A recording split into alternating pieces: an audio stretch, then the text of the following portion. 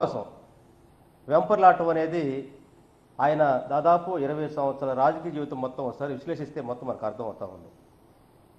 ఈరోజు ఆయన డొక్కా మాణిక్యప్రసాద్ గారు పదవి అనేటువంటి ఆకలితోటి డొక్కలు మార్చుకొని పోతున్నట్టుగా ఆయన మాట్లాడే మాటలు ఉన్నాయి. కాంగ్రెస్ నుంచి ప్రస్థానం మొదలుపెట్టుకుంటే తెలుగుదేశం పార్టీ నుంచి ప్రజారాజ్యం పార్టీ ఇట్లా చూసుకుంటూ ఉంటే ఎక్కడా కూడా పదవి ఉంటేనే ఉంటాం, లేదంటే వెళ్ళిపోవటం అనేది మనం చూస్తున్న పరిస్థితిలో ఈరోజు వయసు మళ్ళింది కానీ బుద్ధి లేకపోవటం చాలా బాధాకరంగా ఉంది. ఆయన గాంధేయవాదినని ఏదో ప్రవేశాలు చెబుతూ ఉంటాడు. ఓకే, నీకు సిద్ధాంతాలు మేధావతనం ఉంటే నువ్వు ఒక ప్రవేశాలు చెప్పుకోవటం మంచిది కాదు. ఏదో గరిపండి నరసింహరావు గారు లాగా అట్లా చేసిన తప్పు కాదు.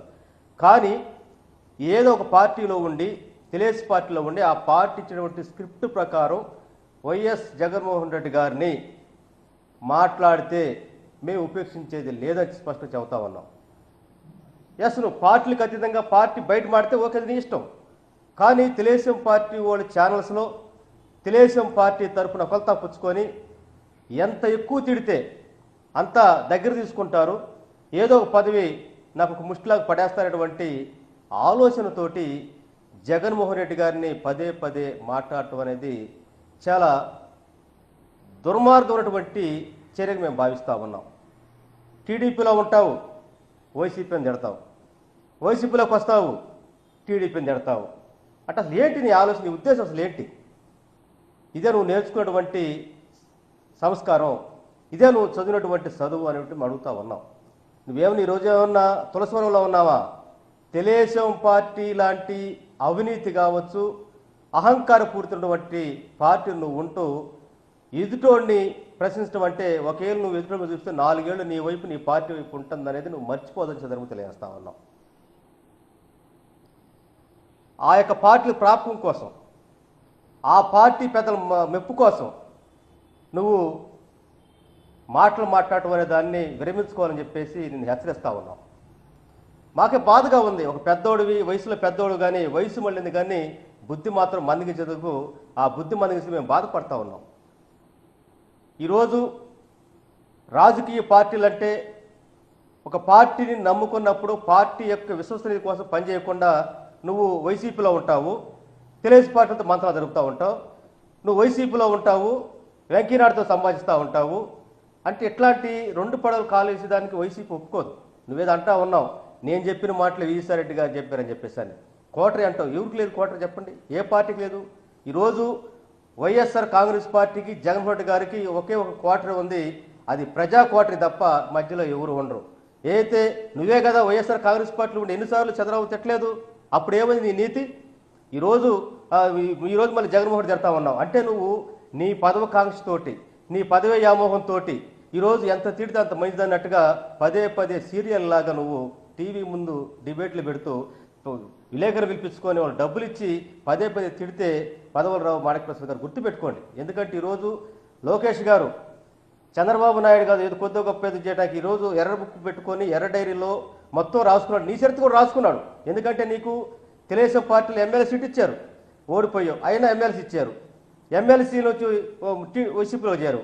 ఎట్లా నువ్వు మారుతా ఉంటే నీ పేరు కూడా ఎర్ర బుక్లో రాసుకున్నాడు. అందువల్ల ఏంటంటే నువ్వు ఎన్ని తిట్టినా ఎన్ని మాట్లాడినా అవి మొత్తం కూడా నీ నైతిక పతనానికి నాది తప్ప, నీ యొక్క విలువలు కోల్పోవటం తప్ప, నువ్వు నీ యొక్క విశ్వసనీయత కోల్పోవడం తప్ప ఈరోజు నువ్వు ఎంత మాట్లాడినా తిట్టినా మాత్రం నీకు తెలుగుదేశం పార్టీలో ఎలాంటి అవకాశాలు రావు. ఇది రాసి పెట్టుకుని ఈ సందర్భంగా తెలియజేస్తా ఉన్నాం.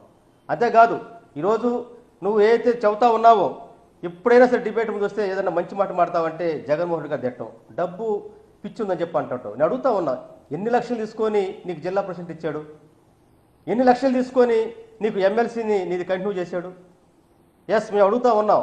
ఈరోజు నేను ఒక మాదిక కార్పొరేషన్ చైర్మన్గా 5 సంవత్సరాల పాటు పనిచేశాను. అదేవిధంగా ఈరోజు ఎస్ఎల్ వర్కింగ్ ప్రెసిడెంట్గా ఉన్నాను. నా దగ్గర కొంచెం డబ్బులు లేవే, ఇవ్వలేదే. ఎంతోమంది మాదిగలు కావచ్చు, ఎస్సీలు కావచ్చు, రాష్ట్ర ప్రభుత్వంలో కీలకమైనటువంటి శాఖలు ఇచ్చిన దగ్గర డబ్బులు తీసుకోలేదే. ఒకలా ఆ సంస్కృతి, ఎందుకంటే నువ్వు ఈరోజు డబ్బులు తీసుకొని పదవులు పంచే పార్టీలో నువ్వు ఉన్నావు కాబట్టి ఆ సంస్కృతి అక్కడ ఉండితేమో కానీ ఇక్కడ మాత్రం ఉండదు. నువ్వు ఆ పార్టీలో ఉన్నావు కాబట్టి పచ్చకారులోడికి లోకమంతా పచ్చగా ఉన్నట్టు నువ్వు ఆ పార్టీ సంస్కృతిని వైఎస్ఆర్ కాంగ్రెస్ పార్టీతో ముడిపెట్టొద్దని చెప్పి సందర్భంగా నేను హెచ్చరిస్తా ఉన్నావు. మళ్ళీ చెబుతున్నావు, నువ్వు ఇదే పనిగా జగన్మోహన్ రెడ్డి గారిని నైతికంగా దెబ్బతీయాలని, ఆయన యొక్క మానసిక స్థైర్యాన్ని దెబ్బతీయడం కోసం ప్రజల్లో పలసం చేయాలని చెప్పేటువంటి దాంతో నువ్వు టీవీ ముందు డిబేట్లు పెడతా ఉంటే, నువ్వు ఆకాశానికి సూర్యుడు చుట్టూ ఉమ్మేస్తే తిరిగి నీ మీద పడ్డట్టు ఖచ్చితంగా ప్రజల మొత్తం కూడా గ్రహిస్తూ ఉంటారు. ఏంటి మాణిక్ ప్రసాద్ గారికి పిచ్చి పట్టిందా ఏంది, ఎందుకు ఇట్లా మాట్లాడుతూ ఉన్నాడు, ఎన్నో సమస్యలు ఉన్నాయి కదా అని చెప్పేసి అని నీ మీదకే చివరికి ప్రజల మొత్తం అసహించుకునేటువంటి పరిస్థితికి తెచ్చుకోవద్దని సందర్భంగా మేము వారికి హితువు పలుకుతూ ఉన్నాం.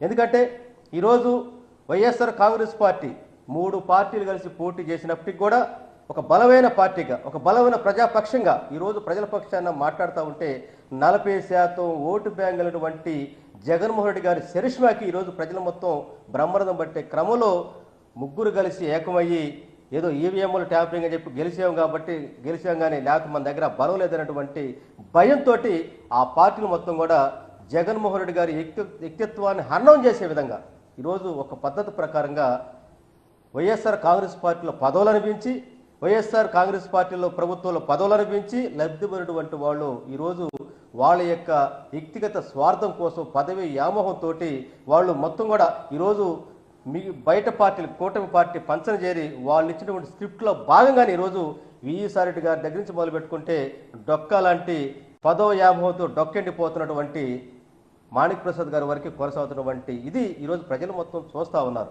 అందువల్ల ఏంటంటే మీరు ఎన్ని మాటలు మాట్లాడినా, మీరు ఎన్ని చెప్పినా కూడా ప్రజలు వినే పరిస్థితులు లేరు. ఇదే పద్ధతి కానీ కొనసాగే పని అయితే డొక్కా మాణిక్ ప్రసాద్ గారు మీరు పెద్దవారని చెప్పిదా గౌరవిస్తూ ఉన్నాం మా మాదిగలు మొత్తం కూడా.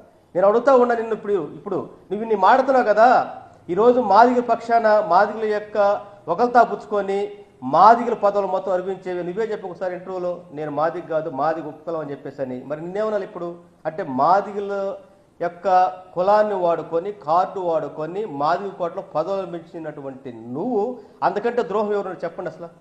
అందువల్ల ఏంటంటే విశ్వసనీయత విలువల గురించి జగన్మోహన్ రెడ్డి గురించి మాట్లాడేటువంటి నైతిక అర్హత నీకు లేదని చెప్పి సందర్భం మిమ్మల్ని హెచ్చరిస్తా ఉన్నాం. ఇప్పుడైనా సరే నువ్వు ఆత్మావలోకం చేసుకొని నీకేదన్నా పదవి కావాలంటే చంద్రబాబు నాయుడు గారి దగ్గర కాళ్ళు పట్టుకో, వాళ్ళ ఇంట్లో పనిచేయి, మేము కాదనం గతంలో కూడా చెప్పాం. లేదు నీకైనా పదవి కావాల్సి ఉంటే లోకేష్ గారిని మచ్చివి చేసుకో, లేదంటే వారి పాద పూజ చేయ తప్పులేదు. ఎందుకంటే నీకు పూజలు చేయటం కొత్త ఏం కాదు కదా, ప్రతి శనివారం గుడి దగ్గరికి వెళ్ళి పూజలు చేస్తూ ఉంటావు కదా. అదేవిధంగా చంద్రబాబు నాయుడు గారిది లోకేష్ గారు పట్టు ఇంట్లో పెడుతూ రోజు పూజలు చేయి, అట్టన్నా ఆ పూజలు ఫలిస్తాయేమో. అంతే తప్ప నువ్వు టీవీల ముందు కూర్చొని తిడతా ఉంటే జగన్మోహన్ రెడ్డి గారి యొక్క వ్యక్తిత్వ హననం చేస్తూ ఉంటే ఆయన్ని ప్రజల్లో పలసనేనుకుంటే చివరికి నువ్వు అడ్డువాహన అయిపోతావు. కాబట్టి నీ యొక్క వ్యక్తిత్వాన్ని సంపుకోదని సందర్భంగా మాణిక్ ప్రసాద్ గారికి హెచ్చరిక చేస్తూ ఉన్నాం. ఎందుకంటే ఈరోజు ప్రజలు మొత్తం గమనిస్తూ ఉన్నారు గత ప్రభుత్వం ఏం జరిగింది, ఈ ప్రభుత్వం ఏం జరిగింది అనేది. అదేవిధంగా జగన్మోహన్ రెడ్డి గారి యొక్క అవినీతి గురించి ఢిల్లీ కదిలి రావని చెప్పి నువ్వు అంటున్నావు.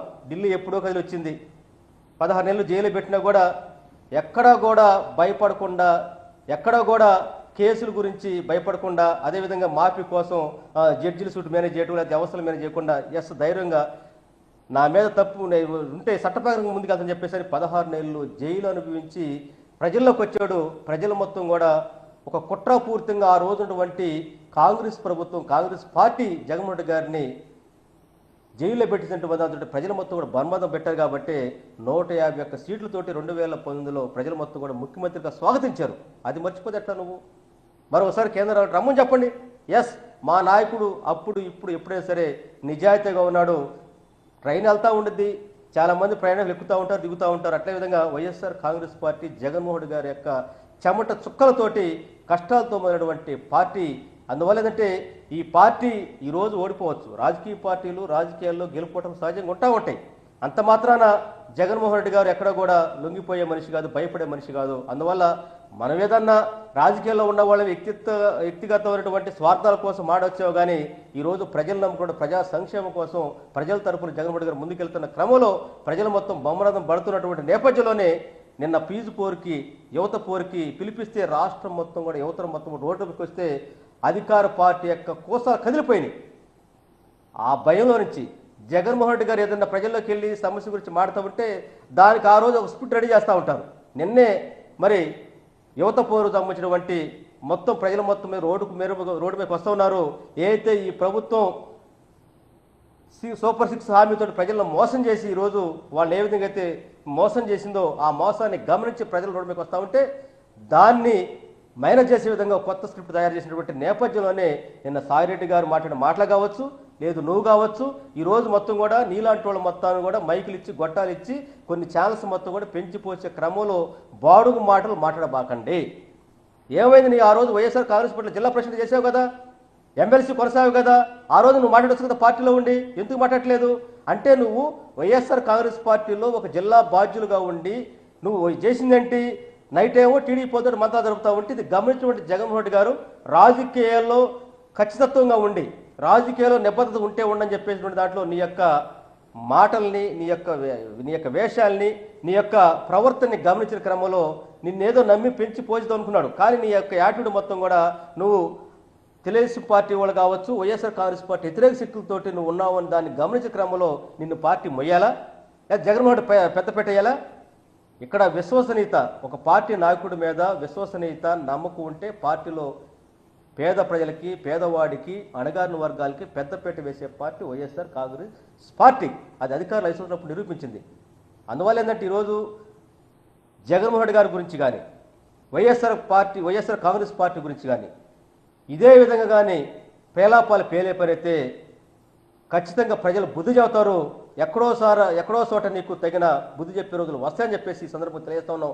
ఇప్పటికైనా నీకు మంచి మనస్సు ప్రసాదించాలని చెప్పేసి నువ్వు నమ్మేటువంటి వెంకటేశ్వర స్వామి సాక్షిగా మేము నేను కోరుకుంటా ఉన్నాం. నువ్వేం తులసివనం లేవు మాణిక్య ప్రసాద్ గారు, నువ్వు ఉన్న మొత్తం కూడా అవినీతి పార్టీలోనే. అందువల్ల ఏంటంటే నీకు వైఎస్ఆర్ కాంగ్రెస్ పార్టీని జగన్మోహన్ రెడ్డి గారు మాట్లాడేటువంటి అర్హత లేదు. కేవలం పదవి వ్యామోహంతో, పదవి కాంక్షతోటే ఎక్కడ పచ్చుకుంటే ఆడికెళ్ళి, ఎక్కడ పవర్ ఉంటే ఆడికెళ్ళి ఆ పవర్ భజన చేయటం అనేది మానుకో. ఇప్పుడైనా వయసు తగ్గట్టుగా పెద్దరికంతో గౌరవంగా ఉండమని చెప్పి సందర్భంగా డొక్కా మాట్లాడి విజ్ఞప్తి చేస్తా ఉన్నాం, హెచ్చరిక దారి చేస్తా ఉన్నాం.